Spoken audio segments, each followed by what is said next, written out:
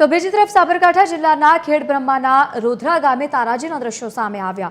ધોધમાર વરસાદના કારણે ખેડૂતની હાલત કફોડી બની છે। લાખોના ખર્ચે બિયારણ લાવી મગફળીનું વાવેતર કર્યું હતું। લાખોના ખર્ચે ડ્રીપ ઇરિગેશન પાણીના પ્રવાહમાં તણાઈ ગઈ। ખેતરથી 500 થી 700 મીટર દૂર ડ્રીપની પાઇપો તણાઈ ગઈ છે। રોડની પ્રોટેક્શન દિવાલ તોડીને 20 ફૂટ પથ્થરો ખેતરમાં તણાયા। ખેડૂતને પાક ખેતર તેમજ ડ્રીપ ઇરિગેશનમાં ભારે પ્રમાણમાં નુકસાન થયું છે। સરકાર સર્વે કરી પાક નુકસાનીનું વળતર આપે તેવી હાલ ખેડૂતોની માંગ છે। એક તરફ સારા વરસાદના પગલે ખેડૂતોમાં ખુશી, તો બીજી તરફ એક સાથે 15 ઇંચથી વધુ વરસાદ પડતા ખેડૂતોની મુશ્કેલીમાં વધારો થયો છે।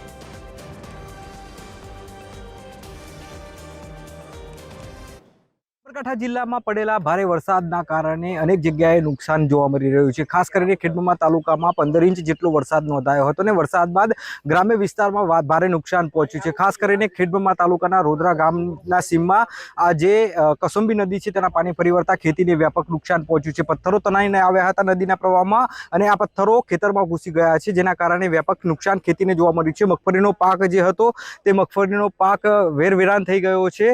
ભારે મગફળીના પાકમાં નુકસાન જોવા મળ્યું છે। આ ઉપરાંત પાણીના પ્રવાહમાં જે ખેડૂતોએ ડ્રીપ પાથરેલી હતી ખેતરમાં, તે ડ્રીપ પણ તણાઈ ગઈ છે।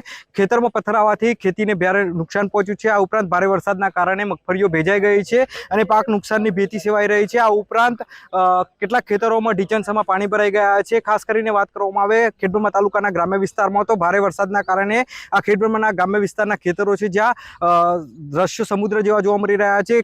ખેતીને વ્યાપક નુકસાન પહોંચ્યું છે। ગણી શકાય કે ખેડૂતોએ વીઘે 20 થી 30 હજાર રૂપિયાનો ખર્ચો કરીને વાવેતર કર્યું હતું અને પ્રથમ વરસાદમાં જ આ વાવેતર ધોવાઈ જતા ખેડૂતોને મોટું નુકસાન પહોંચ્યું છે, જેથી ખેડૂતોને રોવાનો વારો આવ્યો છે। નીતિન પટેલ, TV13 ગુજરાતી, સાબરકાંઠા। સાબરકાંઠા જિલ્લાના ખેડબ્રહ્મા તાલુકામાં સૌથી વધુ વરસાદ જોવા મળ્યો હતો। ખેડબ્રહ્મા તાલુકામાં 24 કલાકમાં 15 ઇંચ વરસાદ નોંધાયો હતો, જેના કારણે ખેતીને વ્યાપક નુકસાન પહોંચ્યું છે। જોઈ શકાય છે કે ડ્રીપનો સામાન છે જે 800 થી 900 મીટર દૂર ખેતરમાંથી ડ્રીપ અહીંયા આવી પહોંચી છે। ભારે વરસાદ હતો અને પાણીના વેનમાં આ ડ્રીપ તણાઈને આવી છે, જેના કારણે ખેતીને વ્યાપક નુકસાન પહોંચ્યું છે। આ ઉપરાંત ભારે વરસાદના કારણે ખેતરો બેટમાં ફેરવાયા હતા અને જે બેટમાં ખેતરો ફેરવાયા હતા તેના કારણે મગફળીઓને પણ વ્યાપક નુકસાન પહોંચ્યું છે। કેટલાક ખેડૂતો આપણી સાથે છે, તેમની સાથે વાત કરીશું। કેવા પ્રકારનું નુકસાન જોવા મળી રહ્યું છે? બહુ નુકસાન છે ખેતીમાં। મગફળી પણ બિયારણના પૈસા પણ ના મળે એવી પરિસ્થિતિ છે હાલ। કેટલો ખર્ચો વીઘે કરવામાં આવે? વીઘે મગફળીનું ઉત્પાદનમાં 50,000 જેટલો ખર્ચો થાય છે। વીઘે 50,000 જેટલો ખર્ચો કરવામાં આવ્યો હતો। મગફળીના પાકને વ્યાપક નુકસાન છે। આ ઉપરાંત બીજા જ ખેડૂત છે, કેવા પ્રકારની નુકસાની જોવા મળી રહી છે ગામમાં? ગામમાં પશુઓ અને પ્રાણીઓને એ પ્રમાણે નુકસાની છે ઘણી બધી વરસાદના કારણે, અને ગામમાં પાણી ભરાઈ જતા ઘર વખરીને પણ નુકસાન થાય એવા સંજોગો ઊભા થયા છે। અને વરસાદ એટલો બધો હતો કે લગભગ અંદાજિત 15 ઇંચ જેટલો વરસાદ, એનાથી પણ વધારે હોઈ શકે એટલો વરસાદ પડ્યો છે અમારા ગામમાં, અને એનાથી અમને લગભગ પારાવાર નુકસાન થઈ ગયું છે એવું છે।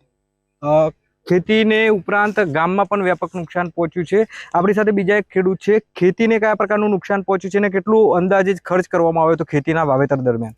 નવું વાવેતર કરવામાં, ચોમાસું ખેતીનું નવું વાવેતર કરેલું, જેમાં મગફળી, સોયાબીનનું અંદાજિત ખર્ચો વીઘે 40 થી 50,000 રૂપિયા।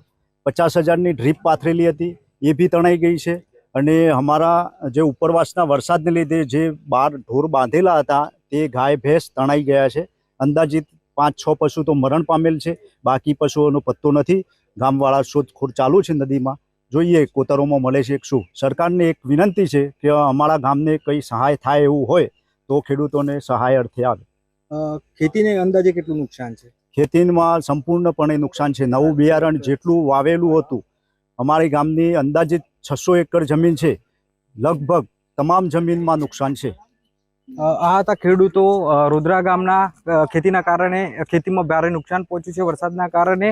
ખાસ કરીને ખેડૂતોની માંગ છે કે તાત્કાલિક ખેતીવાડી વિભાગ દ્વારા સર્વે કરવામાં આવે, નુકસાનીનો પ્રોપર સર્વે કરવામાં આવે અને ખેડૂતોને સહાય ચૂકવવામાં આવે। નીતિન પટેલ, TV13 ગુજરાતી, ખેડબ્રહ્મા, સાબરકાંઠા।